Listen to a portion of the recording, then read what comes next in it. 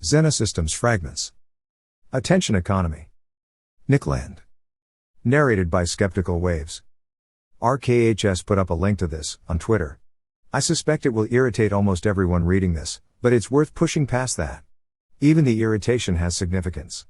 The world it introduces, of internet-era marketing culture, is of self-evident importance to anyone seeking to understand our times, and what they're tilting into. Attention economics is a thing. Wikipedia is, of course, itself a remarkable node in the new economy of attention, packaging information in a way that adapts it to a continuous current of distraction. Its indispensable specialism is low-concentration research resources. Whatever its failings, it's already all but impossible to imagine the world working without it. On attention economics, Wikipedia quotes a precursor essay by Herbert A. Simon, 1971, in an information-rich world, the wealth of information means a dearth of something else, a scarcity of whatever it is that information consumes. What information consumes is rather obvious, it consumes the attention of its recipients. Hence a wealth of information creates a poverty of attention and a need to allocate that attention efficiently among the overabundance of information sources that might consume it. Attention is the social reciprocal of information, and arguably merits an equally intense investigative engagement. Insofar as information has become a dominating socio-historical category, attention has also been, at least implicitly, foregrounded. Attention economics is inescapably practical, or micro-pragmatic. Anyone reading this is already dealing with it. The information explosion is an invasion of attention. Those hunting for zones of crisis can easily find them here, cutting to the quick of their own lives. A few appropriately unstrung notes. No less than those described by Malthus or Marx, the modern attention economy is afflicted by a tendency to overproduction crisis. Information, as measured by server workloads, is expanding exponentially, with a doubling time of roughly 2 years, while aggregate human attention capacity cannot be rising much above the rate of population increase. This is the economic base upon which the specifics of information overload rest. Relatively speaking, the scarcity of attention is rapidly increasing, driving up its economic value, and thus incentivizing ever more determined assaults designed to impact or capture it. Attention is heterogeneous. Sophisticated differentiation, discrimination, is encouraged as the aggregate value of attention rises.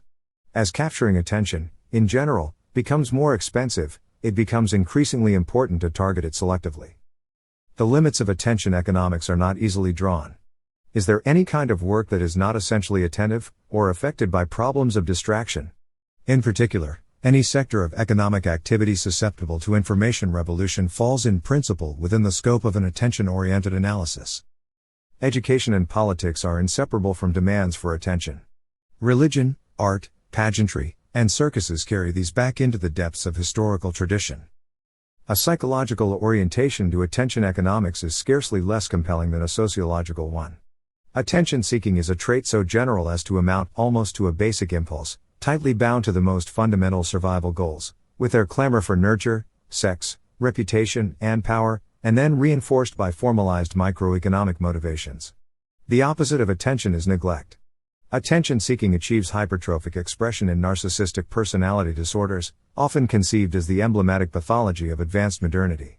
Digital hooks for attention-seeking are evidenced by the reliance upon likes, favorites, and shares, motivational fuel for the attachment to social media.